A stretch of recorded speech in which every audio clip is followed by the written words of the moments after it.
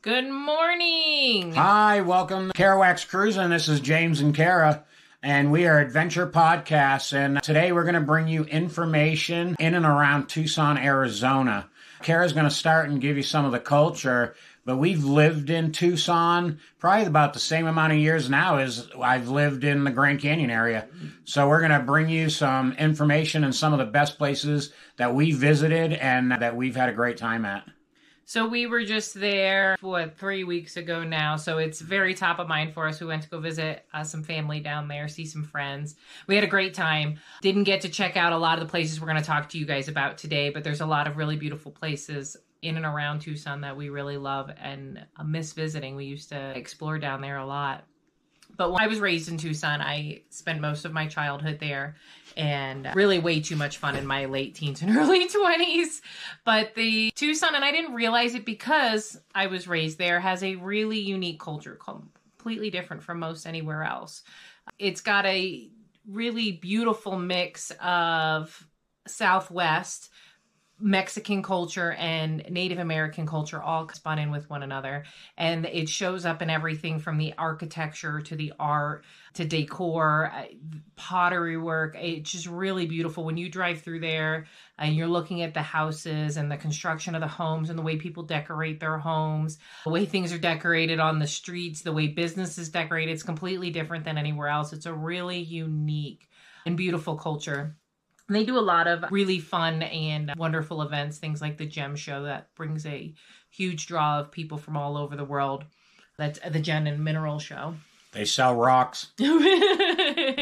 Beautiful rocks. Mm-hmm. It's very, very unique place. If it's a place you've been thinking about visiting, I strongly recommend trying to do so. But it's kind of like most any other city, which we're not huge fans of that kind of city-like culture. So we're more focused on outside or the outskirts of Tucson. I appreciate the culture of the Tucson city itself, but I like to spend most of my time around Tucson. So that's primarily what we're going to be talking about today. And of course, this is a camping podcast, adventure podcast. So that's obviously more our angle anyhow. You can find anything you want to do in Tucson. Yes, whether you want to go to a show, a movie, there's a lot of convention centers.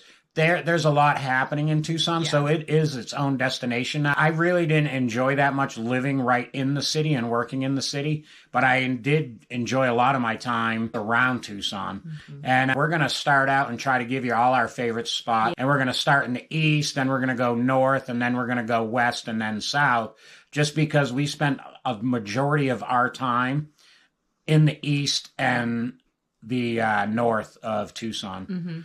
And one of my favorite spots to go to is Reddington Pass. And it's Tango Verde foothills, right? Yeah. Because there's a dude ranch in that area also. Tango Verde Guest Ranch. Tango Verde Guest Ranch that we were fortunate enough through our work to be able to go there for some outings. And if you've never been to a doodah ranch, you go horseback riding. They cook you food outside. There's square dancing, line dancing and stuff. Beautiful location. It was a lot of fun to hang out. It was a lot of fun. Yeah. So as far as camping's concerned, me and Kara both spent a lot of time in Reddington Pass. Yep. And when you go up there, when you first get up there, there's two really trails that people spend a lot of time on. And the first one is Lower Trailhead, and that trailhead goes down to the river. And along that river, you can set up camp. And it's Tucson, right? So really dry.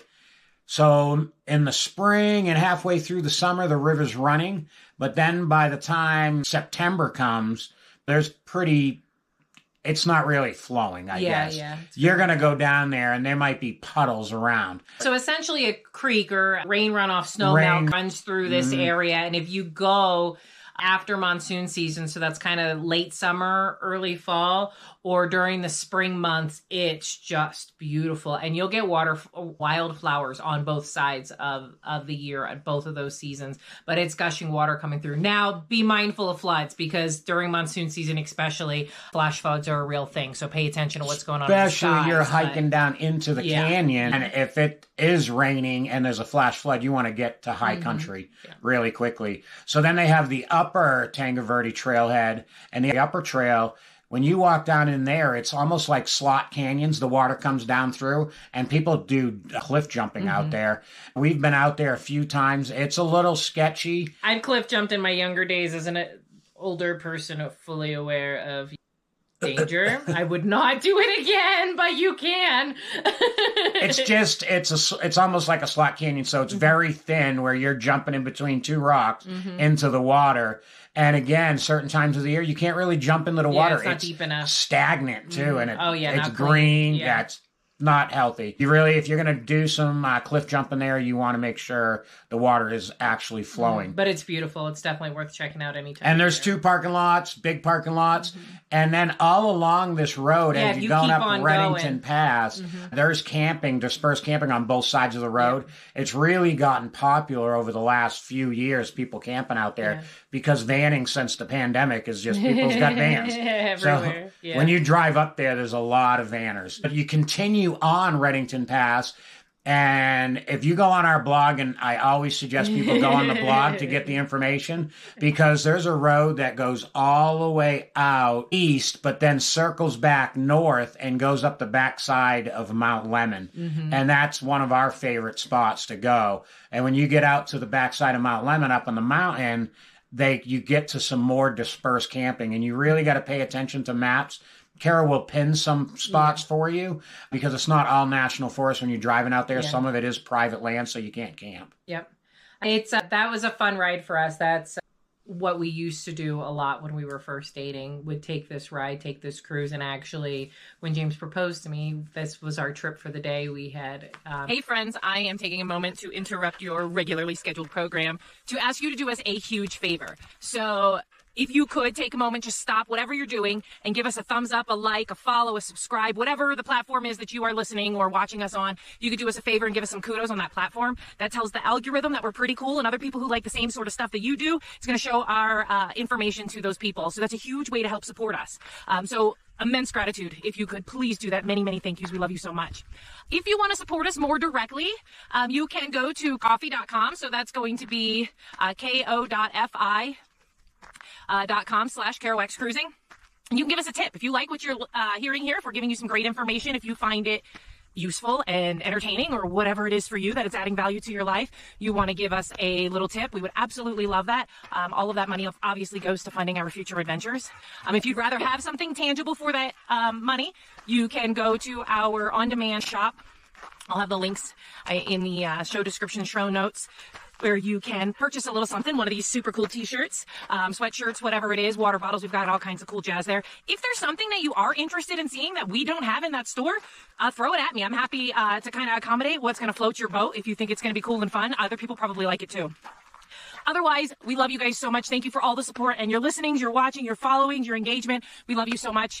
You guys make this worth doing. So thank you so much. Love you. Bye. I've gone all the way through Reddington Pass, gone through the back way. The town you go through is San Manuel, and then come up the backside of the Catalina Mountains. And it's all dirt road, edge of cliff, absolutely beautiful. And then we got to Rose Canyon Campground, and he set up a little fire, and we're having, I got to tell the whole story, actually. So he sets up a fire for us. It's dark by now, and I had packed a lunch for us. I had no idea he was going to propose to me. And I had packed a lunch for us. Well, I put it in our cooler, and as the day went on, the ice had melted throughout the day. So all of our sandwiches actually went into the ice and into the cooler, and were sopping wet. Had no idea until we go to eat. We hadn't eaten anything all day. This is a 6-hour ride. It's an all-day event. So we go to eat, no food, and I start bawling because it's just been such a nice, perfect day, and I'm starving, and we have no food. And so I wreck. I'm bawling my eyes out. Well, James, we were working in food service at the time. He had some old Fry-O-Later baskets in the back of his truck. So he just took them, put them over the fire to sanitize them as best as you can, and takes the little meat and stuff that was supposed to be in the sandwiches and cooks them over the fire, giving us at least some kind of sustenance before we get off the mountain and can go through a drive-through. And then just afterwards, he proposed to me, and it was adorable and sweet. And of course, the least expected moment of my life that was going to happen, because I just had a nervous breakdown about destroying food. But it's very memorable for us. That's a fun ride. And Mount Lemmon's a famous and popular spot in Tucson. If people go to Tucson, they go to Mount Lemmon. They hit. They have a ski area at the top, and they have Summer Haven at the top. So it's really well known for fudge. Yep. They have had several fires that's burned the top of this mountain several times, and they just rebuild it, and it's always rebuilt a little better than it was before. So Ski Valley is the southernmost ski resort in the northern hemisphere of the world.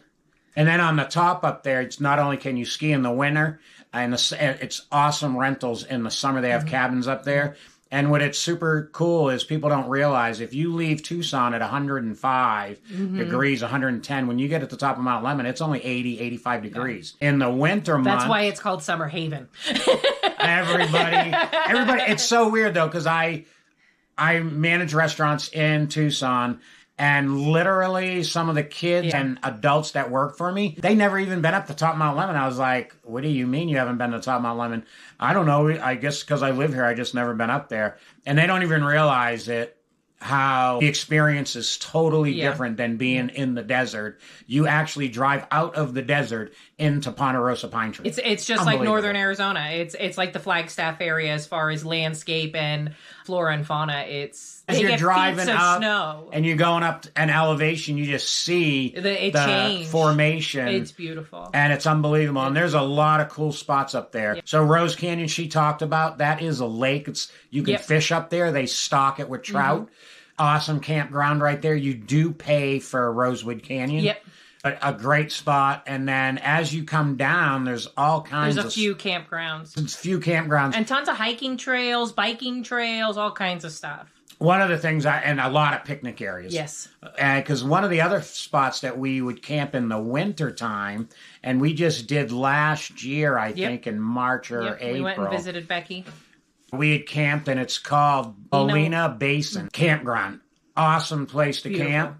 And it's kind of weird because when you're camping there, right on the other side of that mountain is Tucson, and you can drive and see and look over the whole city of Tucson. But where the campground is, it's blocked by a mountain, so you still get the effects of the stargazing. Unbelievable, beautiful. And there's water that goes through there. There's a seasonal or a year-round spring, so there's always water up there. And that campground's actually set up really nice. Rose Canyon, I think the sites are a little bit close together. It's hard to have privacy there. Molina, everything's layered and tiered so that you're not right on top of the campers that are next to you. It's really set up nicely. They've got the vault toilets and all that. And for all of this is the Coronado National Forest. For all of the Coronado National Forest, if you have that interagency pass where you use it to get into the national parks for free, you pay $80 a year, or you got the seniors pass, golden age pass, whatever, they give you a discount. So this is an area that's close to Tucson, a nice area of Tucson that you can camp. You don't have to pay a lot of money. I think it was like $8 when we stayed, but we'll have the links in our blog so that you can get the most up-to-date information. And one of the things I want to mention, and we didn't really, when you take that back way around Reddington Pass and come up through San Manuel, when you get closer to the top of Mount Lemmon, there is some more dispersed camping. Yes, we had a favorite spot, actually. I'll try to remember to... right near, just below the fire department. Just below the top where you would come out and get onto the pavement. There was a great dispersed camping spot there, and every time we went, it was available to us, and there would be deer going through. There was one night, we should tell that story, too, where I was kind of new to camping. I hadn't camped since I was a kid. And we were camping back there. There's bears up here. There's mountain lion. There's real mountain wildlife up there. Everything. And we had drinking a lot. And we had cooked dinner. And at this point, it's late. We're exhausted. We're half in the bag. So we weren't cleaning up after dinner. We left a pile of beans in a cast iron pan. All of our pots and pans were stacked up off by a tree or something far away. And so we, again, drunk, conk out in the tent, out. And in the middle of the night, we wake up to tink, tink, tink, tink, tink, tink, loud, like pots and pans being banged together. And I'm like, duh, there's something out there. There's a bear. Because I grew up in Tucson hearing about bear murders in the Mount Lemmon. So I like freak out. And James finally like, let me go, and gets his flashlight and he goes out there. It's a fucking raccoon. Let me tell you, we've never done that again. Clean up Clean up because you don't want to attract something bigger than a raccoon. So that there's definitely dispersed camping, free camping up there. And one of the tricks that we did, we were pretty close to Summer Haven, and they have a public bathroom right there.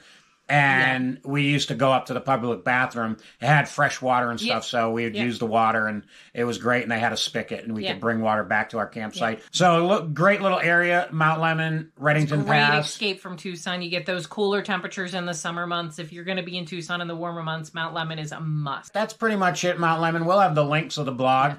But Mount Lemmon, Reddington Pass, them are awesome spots to go outside of Tucson, beat the heat. Right north of Tucson, I think that's what they would call it, is Sabino Canyon. And Sabino Canyon is just west of Mount Lemmon, essentially. Just west of, a little west. And again, we'll have the blog. But they have a trail there. It's called Seven Falls. And you wouldn't think in the middle of Tucson you would hike out to Seven Falls in the middle of nowhere. But when you get out there, it's Seven Falls. And they're cascading down. And then at the bottom, there's a big pool that you can go swim in. The water's super refreshing and crystal clear. You probably could drink it. That's how refreshing it looks. This is a low elevation hike, so this is one you do not want to do in the summer months. I don't care how much hiking you do. If it's round trip 22 miles, if you go from the parking lot. If you go from the parking lot, they do have a shuttle or a that'll tram. take you up part of the way. It brings you up some, but if you leave the parking lot like we did, it's just under 10 miles one way to get to the falls, and then you got to come back. And you got to remember, you got to get out there and then get back. There's no shade. There's no water station, so you're in the heat. So rattlesnakes, yeah. You got to just be careful out there. It's best to do in the winter months because even the rattlesnakes are not moving much in the winter months, and it's still gorgeous. I still go swimming out there because Tucson in the winter is still 70 degrees. They close pools, but it's 70 degrees. It's the worst when we go down to Tucson in the winter months for a trip and we're like, oh, we're going to get a hotel and we're going to swim in the pool, blah, blah, blah. And it's like you get there and they have it closed for the seats and you're like, but it's warm. It's warm for the rest of the world. It's warm. It's hilarious. So Sabino, check out Sabino Canyon. That was a wonderful spot, and it's really close to town. Not really much camping in that direct area, though. You're almost pretty much in city limits, basically. And one of the things that Tucson does have a lot of, if you do visit Tucson, you can always find a park. Oh, they have a lot of great parks, and a lot of times there's nobody in the parks. Yes. And you can go get a cabana with a picnic table, shade, and a grill. Yep. Pretty cool. Yep. We've spent a lot of time at parks over the years with the dogs. Like James said, there's a lot of the time nobody around, especially in the middle of the week during the day. You can let the dogs run and play. At night, it used to be our favorite thing to take Jules when she was a puppy to go to playgrounds, and we would climb up on the playgrounds and go down the slide with Jules. It was so much fun. They're everywhere. They have tons of parks. And they are actually a nationally accredited recreation department. They do a really great job with their parks there. They're really well maintained and they're nice. They're really nice. So we're moving. All right, we're going to pause it right there because, well, we appreciate your time and we would like to value your time. And we know that your attention span probably isn't much longer than 20 minutes. So we appreciate you guys for listening, and you're going to have to tune into our next episode to learn some more about Tucson. Thank you. Love you. Bye.